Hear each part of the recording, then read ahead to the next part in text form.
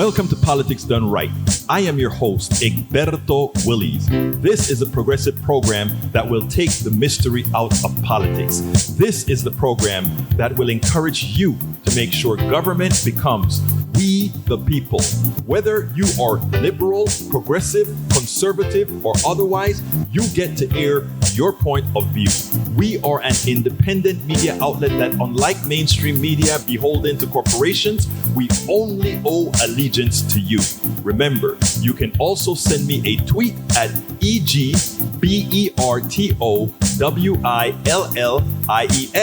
That is at Egberto Willies. Let us engage. It is Politics Done Right.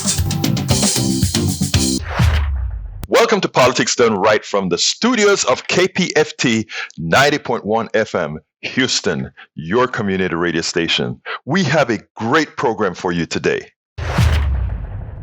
Welcome to another edition of Politics Done Right. Once again, we are here with our series with Dr. Andy Schmookler. Dr. Andy Schmookler is a prize-winning author, former Democratic candidate for Congress in Virginia, very red Shenandoah Valley. Virginia is very red Shenandoah Valley, former talk show host, summa cum laude graduate of Harvard University, PhD awarded with distinction in a program specifically created to accommodate his original theory explaining how civilization has developed, and a frequent columnist in newspapers around the United States. Once again, Dr. Schmookler, welcome to Politics Done Right. Good to see you, Egberto. Well, look, we've had so far two very inciting conversations, of which I think two have aired. Oh, well, actually, I think it's three, and I think two have aired already.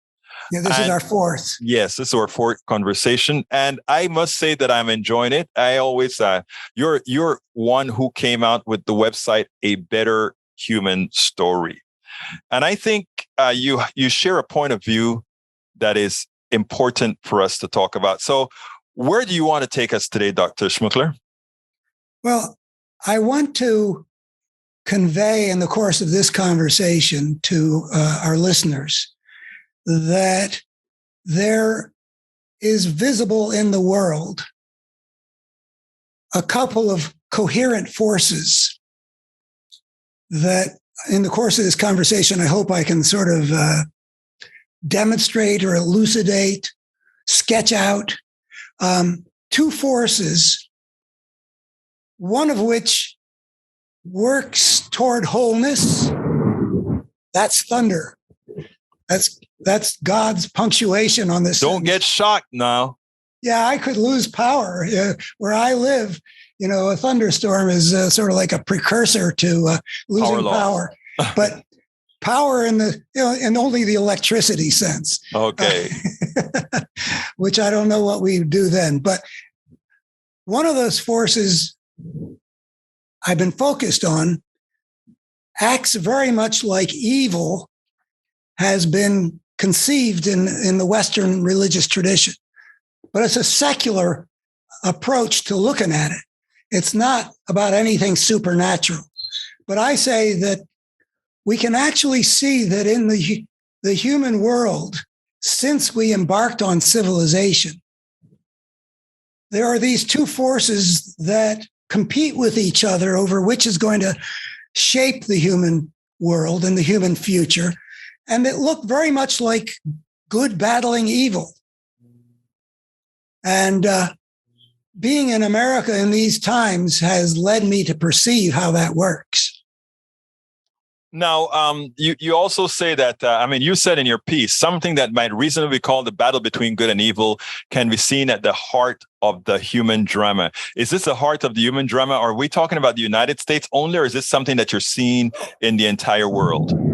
I think that, we've talked before about why going on the path of civilization inevitably unleashes a force of brokenness.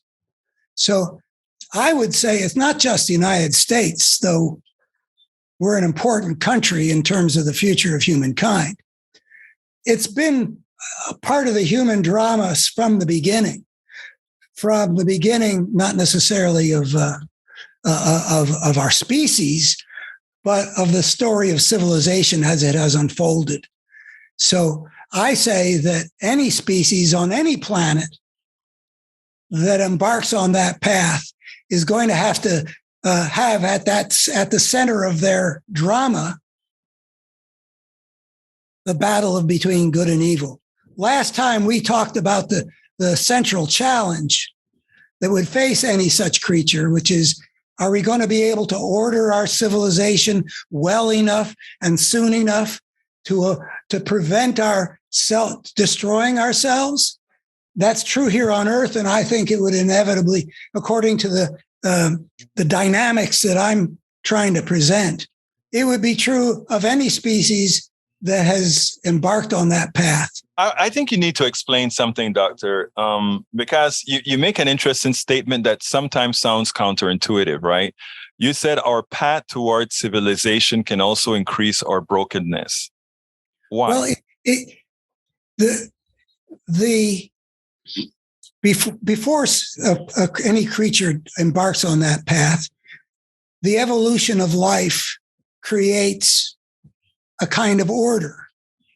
And I've used this line before in our conversations, how the lion and the zebra and the grass. I mean, that's just a shorthand to talk about the nature of the ecological order that evolution continually, not to personify it, but by the consistent choice of what can survive into the future versus what can't, it creates that kind of an order.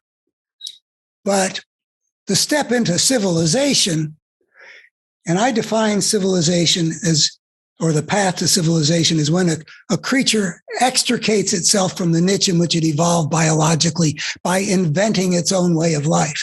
I mean, we were, before 10 or 12,000 years ago, we were still living like primate bands and still more or less contained in that order in which we evolved.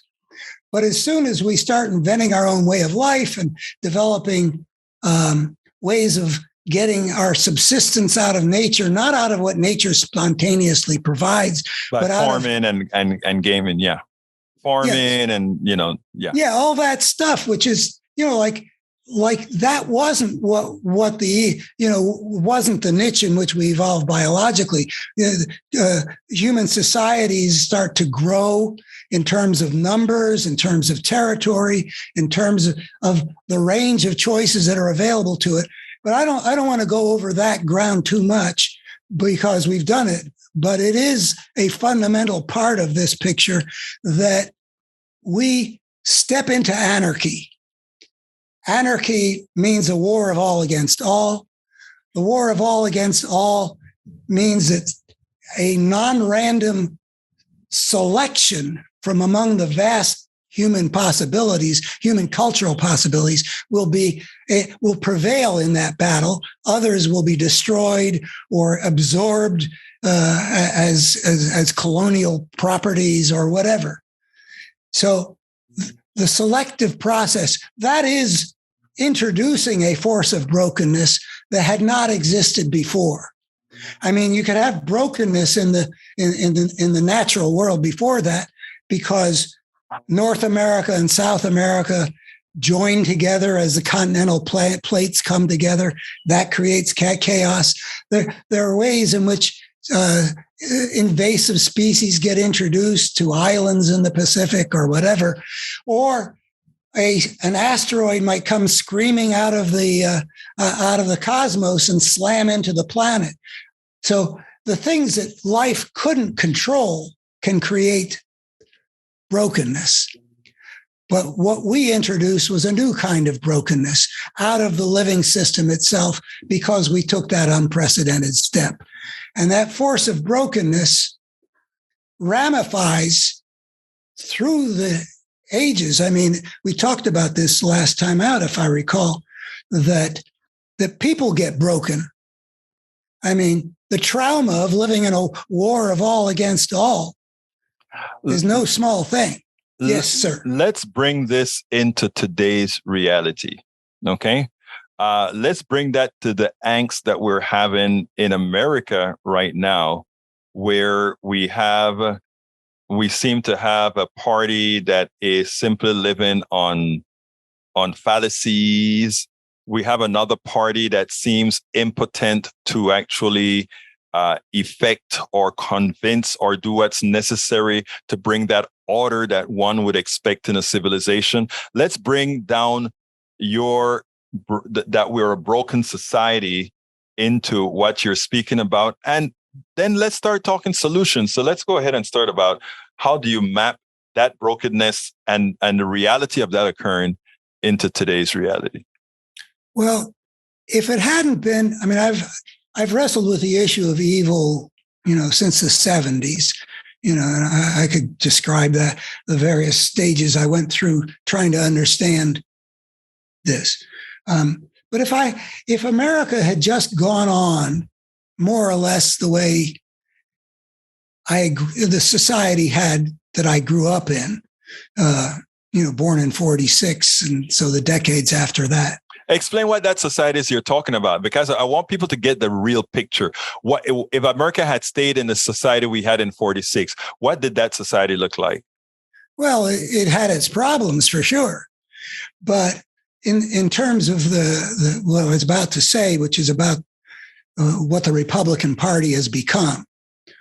The first president I ever really had a chance to study in action was President Eisenhower, 1950, or January 53 to January of 61.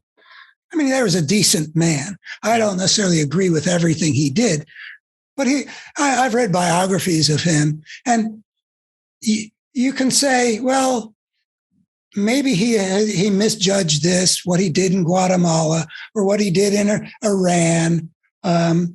We were engaged in a Cold War. There are a lot of difficult decisions to make in the war of all against all. But he was a decent man who ran a decent presidency. And I would say even up through the first Bush presidency, 89 to 93, it's a normal American party. And, most individuals, if you study them in history, most political parties, even most nations, are mixtures of constructive and destructive forces at work.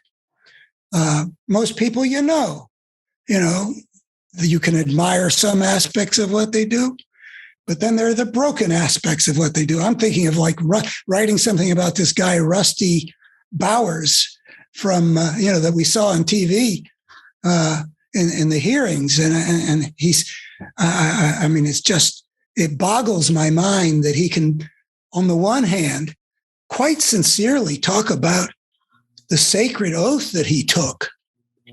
But he can say he can support the guy again if he is the Republican nominee. I mean, there's something broken there. I mean, how can you consider your oath sacred and binding? I can't do that. That's against the very core of my being, he says. And I don't think he's lying. I think he's sincere. And yet he could support again a guy that he experienced as attacking the constitutional order that he took a sacred oath to defend. There's something fishy going on there. I'm not saying dishonest. I'm saying broken. Why won't you say dishonest? Why wouldn't I? Yeah. Well, it is dishonest.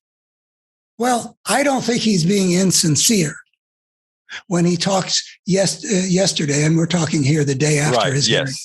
I don't know when this goes public, but when he teared up, at least that's what it looked like to me, when he was talking about doing what he thinks, that the Constitution is divinely inspired. Right. I mean, he sure believed that, and to put it bluntly, he prevented the Arizona House, if I recall, from coming into session to try to destroy the election in Arizona.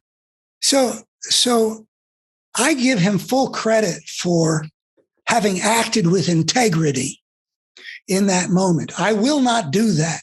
I voted for you. I supported you, but I will not disobey the law for you or violate the Constitution. And then if you want to protect the Constitution, you've got to prevent that guy. Right, because otherwise those who are saying they believe Trump did the wrong thing, but if he's the nominee, they'll support him. In effect, they will be complicit in the destruction of the Constitution. They can't have it both ways. Well, they do have it both ways, and that's a sign of brokenness. Right. I conceive of, brokenness. I define evil. And again, this is not a supernatural thing, a coherent force that consistently spreads a pattern of brokenness. Mm-hmm. And today's Republican Party fits that pretty completely, not 100%, but really astonishingly completely. I've said for a good while, and I believe of myself that I have intellectual integrity.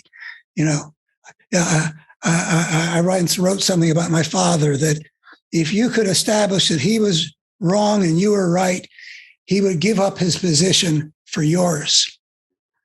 And I've admired that and tried to follow it.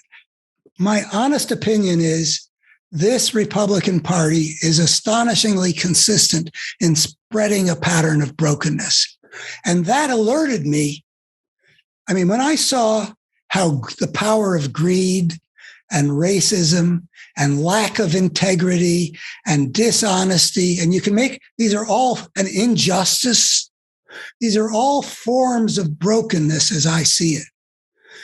And I came to see that they're really different forms of the same thing. And I came up with the concept of patterns of brokenness. And then I saw how I would ask myself, well, how did it come to be that the Republican Party would consistently block necessary action on climate change? And I would look at the causes of that. And then I'd look at the effects of that. How did it come to be that these people would have a thirst for power such that they would do whatever getting more power required? And I've been analyzing how civilized systems work for, I guess I would go back to 1965. And then the idea that came to me in 1970 that changed the course of my life, that we've been talking about, the anarchy, the selection for power, the spirit of the gangster, the course of social evolution being determined by giving the spirit of the gangster a disparate, that whole thing. Let's stop right there. Okay. Because anytime you use that word, the spirit of the gangster, isn't that what we're seeing in the Republican Party? Oh, yeah.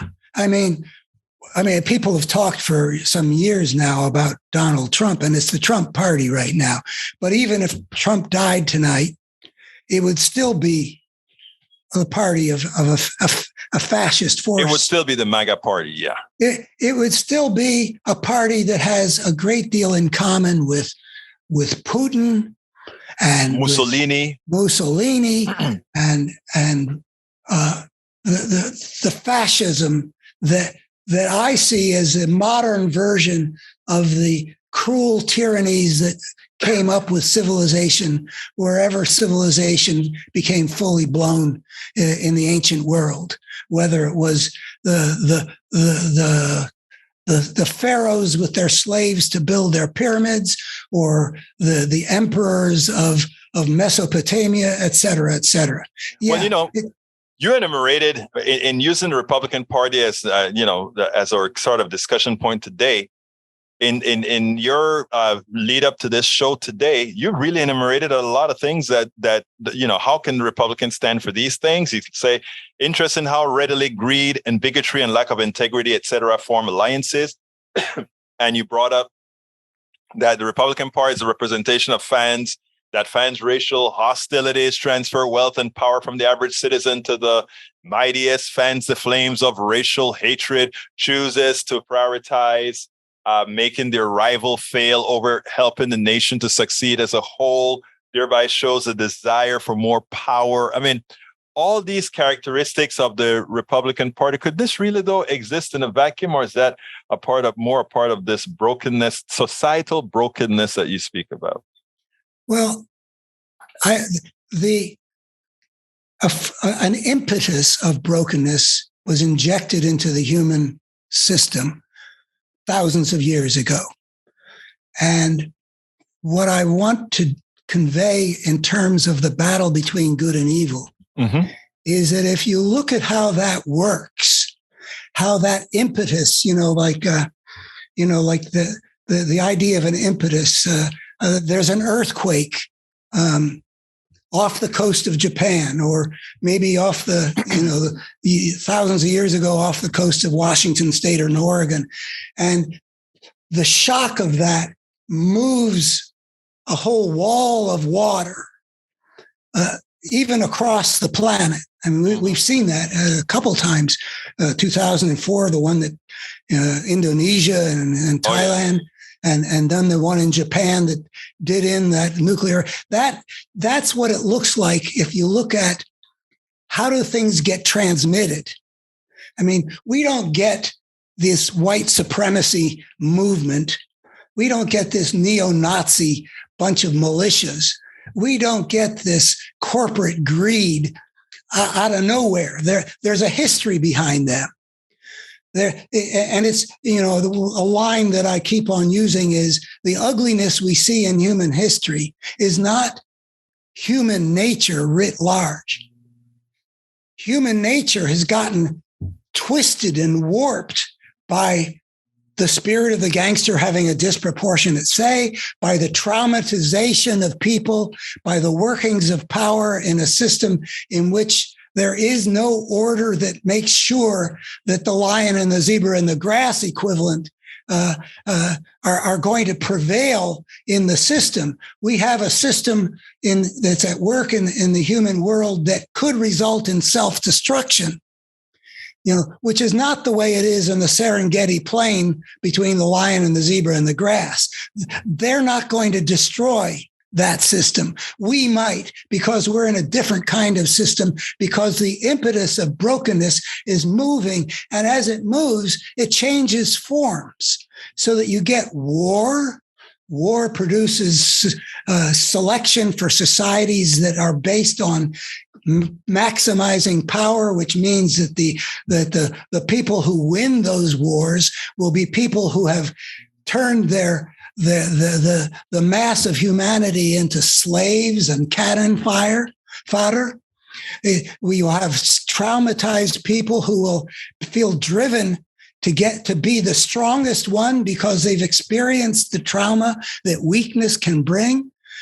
There's all these different ways that you can see brokenness moving through the system, changing forms. And that's why I say, if you look at all these forms of brokenness that have joined forces in conservative America now, and look at how they developed out of the slave power, out of corporate, the corporate system that emerged after the Civil War in the North. If you look at how all of those forces have been moving, you see, oh my gosh, you can see a force behind all of that moving a pattern of brokenness. And you can see the force. Another phrase I like is the way we can see the wind by the swaying of the trees and the flapping of the clothes on the line. And that's, you look at each form. How did this person get to be so greedy? Why is this guy like Donald Trump or like Exxon as a corporation? How did it get to be that way? And you can trace, and it's not like I've laid it all out, but I've been working for almost 60 years to analyze how did it get to be that way. And then you ask, well, once you look at the the dense web of cause and effect, and you look at the connections of causes that produced a Donald Trump or all the other places we see greed at work in our society. And then you say, okay, well, all right, so the fossil fuel industry got to be greedy because of those causes. What are the effects of having that? Well, one of the effects is we have been unable to do the things we need to do to preserve the planet by taking responsible action so that our grandchildren aren't living in things like India having 140-degree temperatures in the springtime this year. What's their life going to be like? That's different patterns of brokenness, different things that are from the cause to the effect, and then from the effect becoming the cause of other things. And you can see a force of brokenness, which I think looks a lot like evil, the way it works in the world. Now, again, you did a very good job at placing the blame of our current, here in America, that is, the ones that are showing the most brokenness, the ones that are showing a lot of these behaviors as Republicans. And I think you used them as the example to do it. But how do we hold the quiet accountable? Let me give an example. I do believe that the Republican Party has done much evil, as you've stated. But is it not evil as well for those that, you'd hear me call these guys neoliberals or otherwise? How do they fit the picture even if they're not necessarily the protagonists, their actions actually allow this evil that you talk about, this force that creates this evil to continue unabated? Well, part of the issue of brokenness is the dynamics of polarization.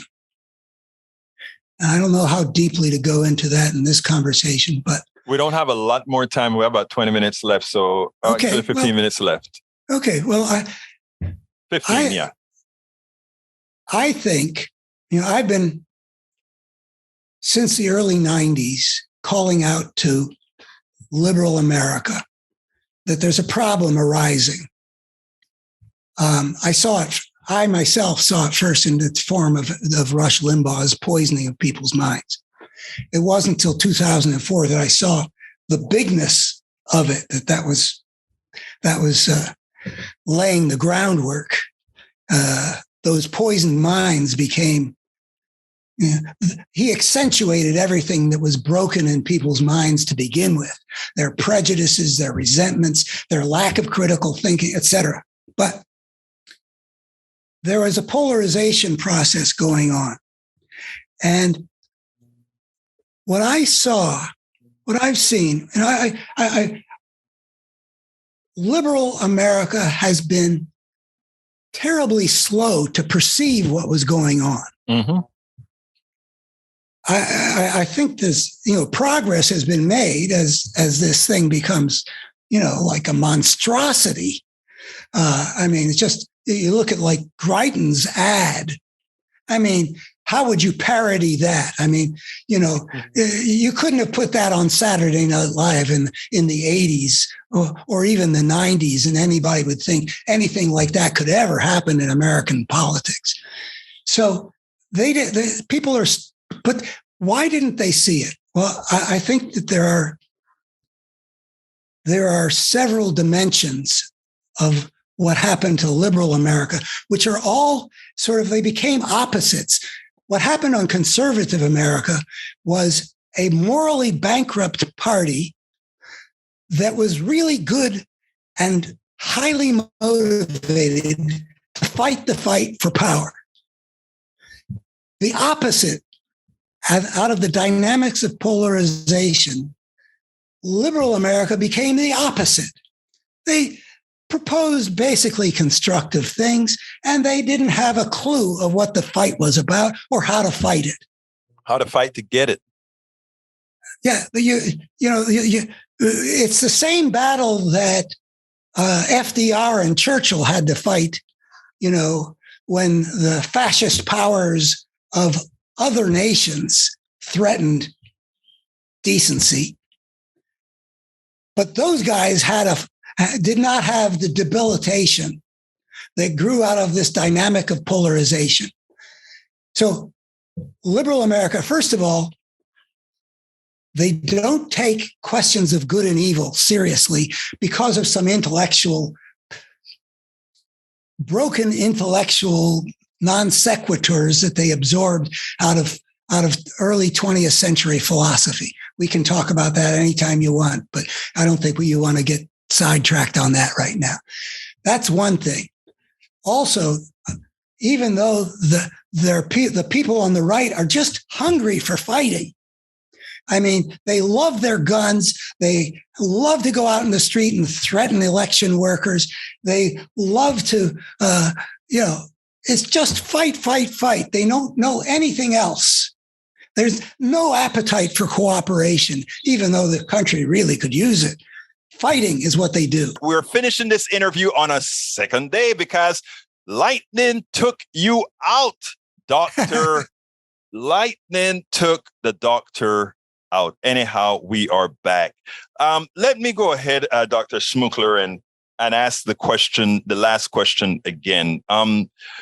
Polarization is a big thing in this country. I understand that, but I want you to answer it in two contexts. Okay, first, the major cause of polarization, but secondly, the complicity that I see, not necessarily you see, but the complicity that I see with neoliberal Democrats as a part of giving too much strength to the other side that makes that polarization even worse. Go ahead, please.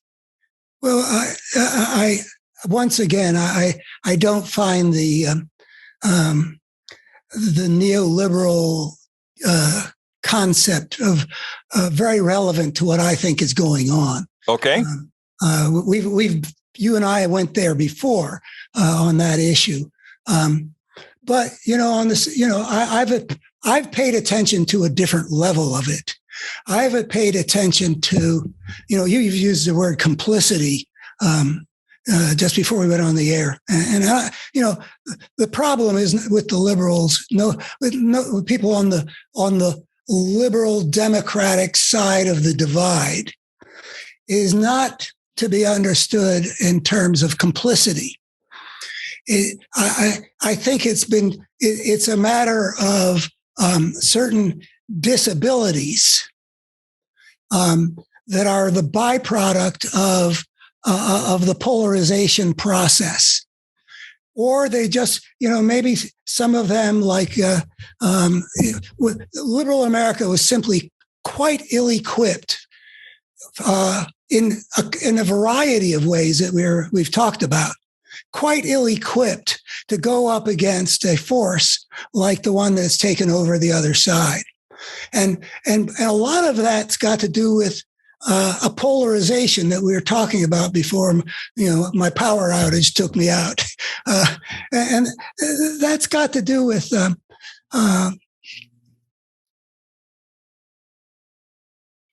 where was I at that point? Okay, what polarization?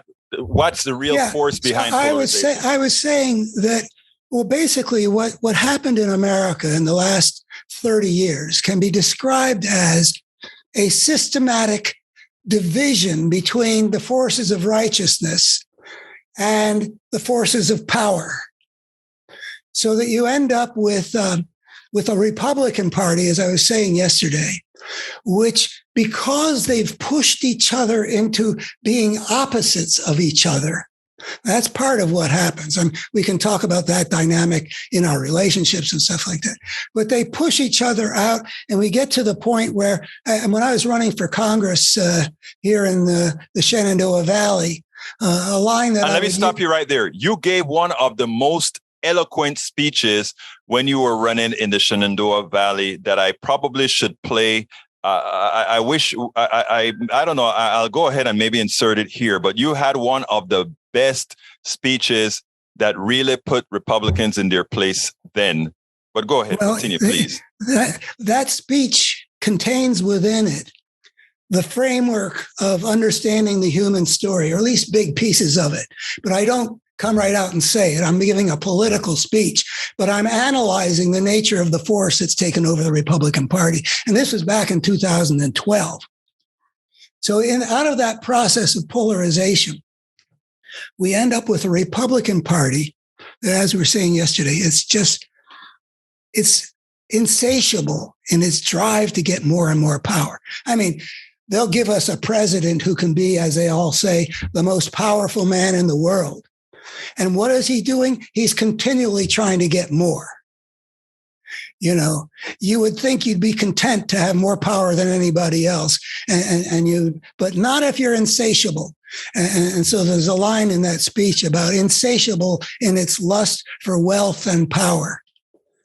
And now, meanwhile, we have a Democratic Party that, in moral terms, passes muster as one of the benign forces, especially because it's having to fight something like the Republican Party. So they're always on the side of the good, because the Republicans are always, at this point, on the side of evil. I mean, you have to push in the direction you have to push when you're being pushed back into your own end zone, as liberals are right now, as we're about to get a theocratic decision on the right of abortion from the Republican-appointed Supreme Court. A Supreme Court that was appointed by the minority of Americans, which means that the presidents who appointed these Supreme Court justices actually never won the popular vote. 5 of them, amazingly. Now, I want to contest you on one particular issue, because this one irks me. I think you said something very important in your last comment. You said that you accuse the Republicans of polarization, and you also talk about the Democrats being the benevolent force, which I agree with in general, progressive Democrats, that is.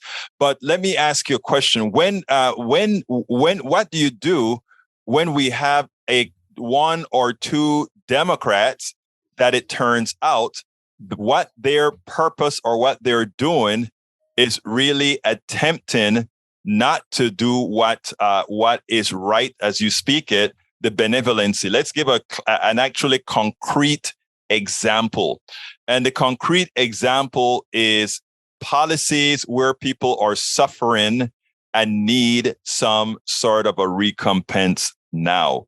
And we couldn't do it. We got a promise from Democrats that we were going to have something like Build Back Better, but somehow we had 2 that refused to be a part of it, in effect, joining Republicans in the evil that they do. You shouldn't draw any big conclusions from that. The Democrats were handed basically a nearly impossible hand. Somewhat by a sequence of what looked at the time like wonderful events. The Democrats won both those seats in Georgia. And all of a sudden, what everybody had kind of assumed was going to be a Republican-controlled Senate became a 50-50 Senate with a Democrat. But anyway, that's not where it's at.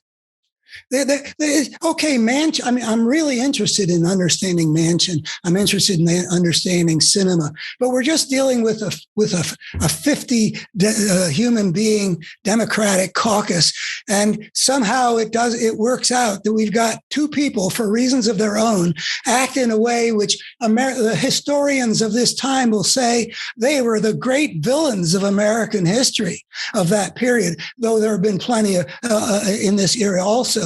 But I mean, it's just terrible. All the good that could have been accomplished. I mean, this Build Back Better package. A lot of it was just a matter of helping America catch up with some other decent societies, and a lot of it was going to save a lot of people a lot of money, and a lot of it was favored by large majorities. So it just doesn't. They did what they could. Given that they couldn't get unanimity of people being behind, this is a historic opportunity. It's a time of multiple crises. It's more important than usual that the government take constructive action. I mean, when FDR took office in 1933, the country was a wreck. And it was more than usually important that something be tried. And Biden's package of proposals, I think, if there's any of it that isn't at least defensible, and a lot of it is a slam dunk, including climate change, I don't know. I mean, I couldn't make a case against any particular piece.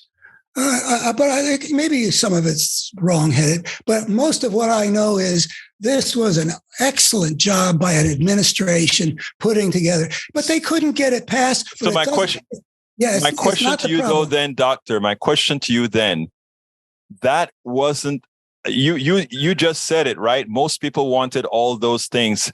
It's not the polarization among Americans that's really causing the problem, but among the leaders, right? Okay, well, let me bring in the polarization at this point. Yes, sir. The reason that this is happening, right, is that what the Republicans are doing right now is really indefensible. I mean, I would have no difficulty making a case in court that obstructing in this situation, rather than seeking ways of cooperating to do things that are good for the nation, is a completely indefensible course. It is sacrificing the well-being of the people. It is sacrificing the well-being of the country and the future of the country in order to grab back power by making the failure of the president their priority, not the success of the country. It is indefensible. Now, if I ran the zoo, if I had the bully pulpit in front of me, they would be denounced for exactly what they are doing. There is no defense for this across-the-board obstructionism. Obama never prosecuted them for it. During Obama's administration, I wrote this series I called Press the Battle. I mean, why do the Democrats wait for something outrageous to happen? No, go right after it. There it is. It's threatening American democracy. Press the battle. That's what I would say. And I would press the battle by exposing the complete indefensibility of this obstructive tactic by the Republicans, by the Russians, which it shows that all they care about is their power, not the good of the nation. And that should be sufficient for the American people to see. They should be driven into oblivion. I agree wholeheartedly. And at this point, Dr. Schmookler, given our mutual admiration for that particular subject, I will call it until our next program. Thank you so kindly for the great work that you've done. Thank you for exposing your ideas. And we'll continue our series because I love your work and I love your thought process. Thank you so kindly for having been on Politics Done Right. Well, thank you. And there's a lot in it for me to share the fruits of thinking about this stuff for we will be talking about that, sir, and that's why you're here. You have a wonderful day, sir. Well, thank you. I'm very grateful for this opportunity. Please get one of my several books out there. As I see it, Class Warfare, the only resort to right-wing doom, for a contribution of $120. It's worth it. How to talk to your right-wing relatives, friends, and neighbors for a contribution of $120. How to make America utopia, take away the economy from those who rigged it, for a pledge of $120. Get any two of those books for $200, any three of those books for $250. The contributions for my books go directly to support our station, KPFT 90.1 FM. Alternatively, folks, please get your basic KPFT only membership for $40, a Pacifica only membership for $25, or choose from one of our many other gifts for your contribution. Just go to kpft.org, choose Politics Done Right for the program, and select an option either for our books or something else to support the station. It is definitely worth it. Historian Michael Betschlock today hit the nail on the head. I want you to listen to how he describes what we finally came to after the hearings today. This is point blank. Check this out. We'll take it on the other side. The behavior in real time of Mark Meadows, to have no understanding of the danger of the president going to Capitol Hill, or of him attending the meetings of the plotters the night before. And this was someone who was elected to Congress, Mark Meadows. This is not just, one of these people off the street plotting against our democracy. We've seen people like Mark Meadows in world history, and we saw them in the bunker of Berlin in Adolf Hitler's last days. We saw them around Benito Mussolini before he was hanged hanged in a gas station in Milan. There are people who are accessories to terrible authoritarian leaders who do extremely terrible things. But the main thing today, from my point of view, Andrea, is you will remember, and everyone will remember, that from January 6th on, Trump and his accessories claimed that this was just a spontaneous demonstration, and these angry people who were, indignant about an election that had supposedly been stolen, which it wasn't, went up to Capitol Hill. Some even described them as tourists. As of today, irrevocably, it is very clear and very concrete. This was a president who led a coup d'etat and an insurrection against the people of the United States, did it from the Oval Office, was abetted by people like Mark Meadows and others. And our job now is, let's find out exactly who the plotters were, bring them to justice, but above and beyond all that, make sure that we pass new laws to make sure that an atrocity like this never happens in our country again. It almost succeeded. We almost lost our democracy. Cassidy Hutchinson, once an aide to former White House Chief of Staff Mark Meadows, she single-handedly, with her testimony, any Trumpist or anyone else who heard that testimony, it was quite clear that all of this planning originated directly from the White House. And just as Betchloff said, it was a coup d'etat. It was an insurrection to try to overthrow the government of the United States, or the newly elected government of the United States. That is treason. That is what Donald Trump needs to be tried for and sent to jail for, sent to prison for. Because again, he attempted single-handedly with a lot of help to actually steal an election. And it's amazing, all the things that Trump always talk about.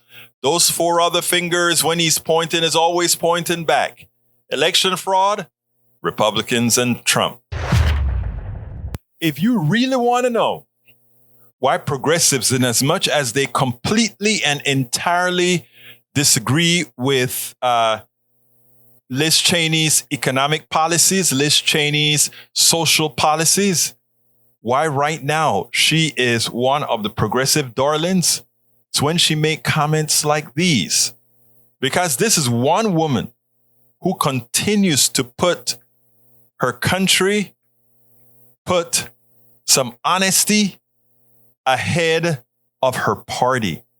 She may pay the price for it in a few weeks when the folks in Wyoming go to vote, but I think quite a few independents and Democrats may cross over to try to save her day. Because I tell you what, absent the gravitas that Liz Cheney's putting out there, I don't know if the committee, in as much as they have all the data, I don't know if they would be as effective as they currently are. Check out what she had to say just a few hours ago.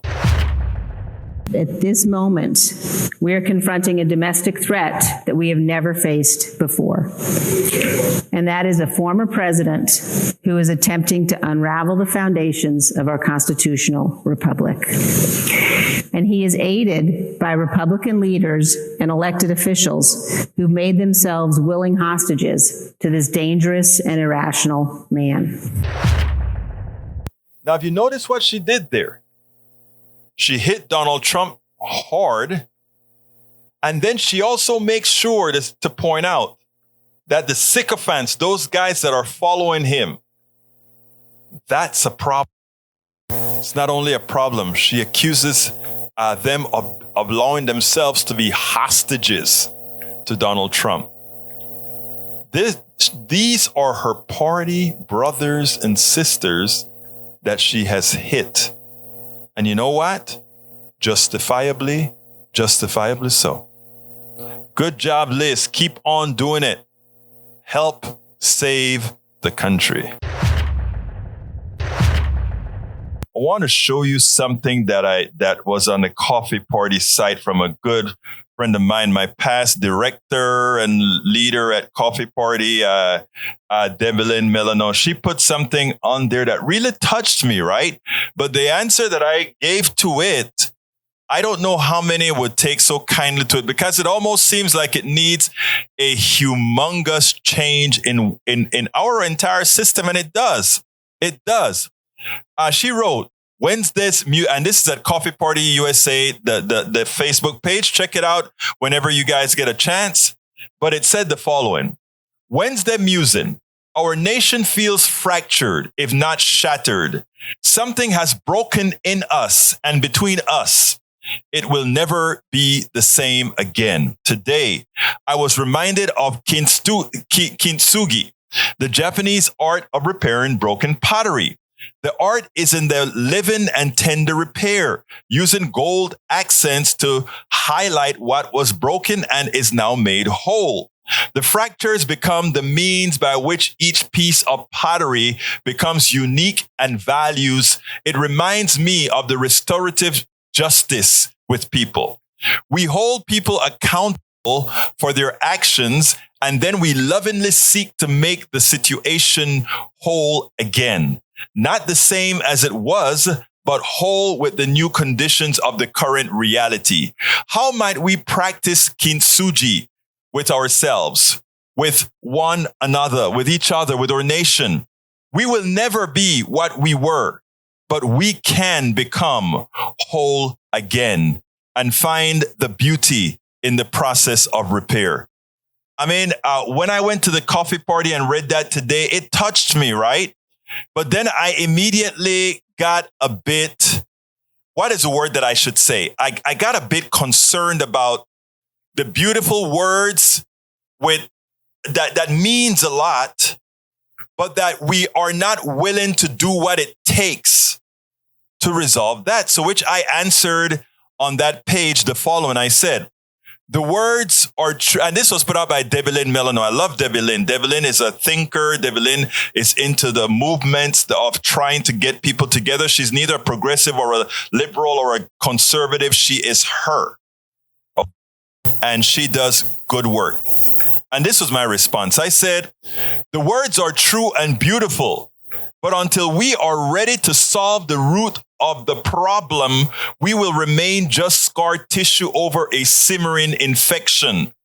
We have an economic system and a hierarchy that depends on this cancer, this dysfunction. It cannot survive without it. And we cannot live the lives we want to live with it. But we fail to confront it. I want to repeat those last two sentences.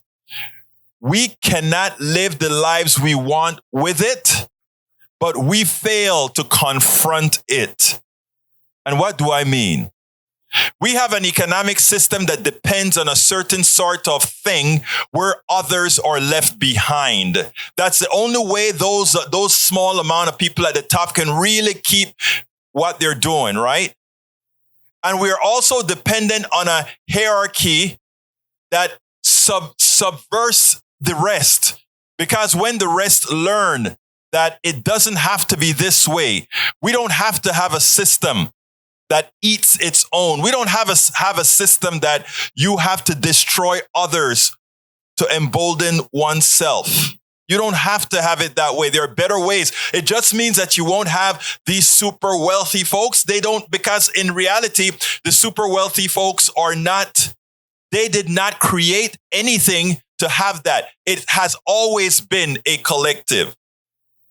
But we are so indoctrinated into this system that somehow we believe those that have been able to pilfer us all are deserving. Until we indoctrinate ourselves, her reality, the brokenness she talks about, will remain.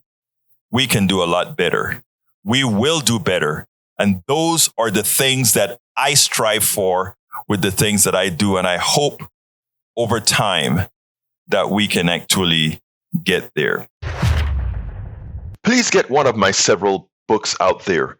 As I see it, Class Warfare, the only resort to right-wing doom, for a contribution of $120. It's worth it. How to talk to your right-wing relatives, friends, and neighbors for a contribution of $120. How to make America utopia, take away the economy from those who rigged it, for a pledge of $120. Get any 2 of those books for $200, any 3 of those books for $250. The contributions for my books go directly to support our station, KPFT 90.1 FM. Alternatively, folks, please get your basic KPFT only membership for $40, a Pacifica only membership for $25, or choose from one of our many other gifts for your contribution. Just go to kpft.org, choose Politics Done Right for the program, and select an option either for our books or something else to support the station. It is definitely worth it.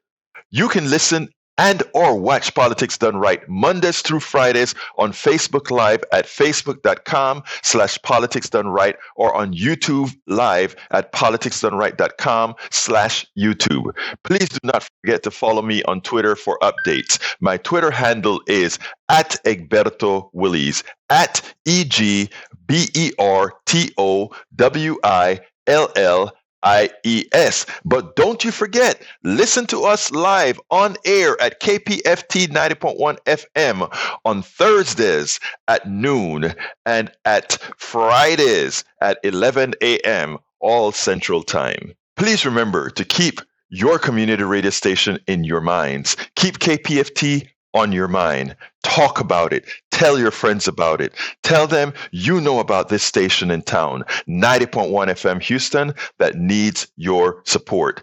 That is there to provide that nourishment that we need. KPFT 90.1 FM Houston.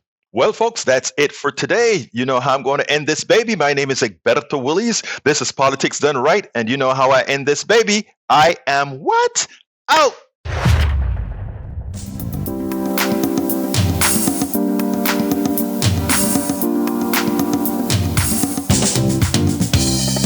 Welcome to Politics Done Right.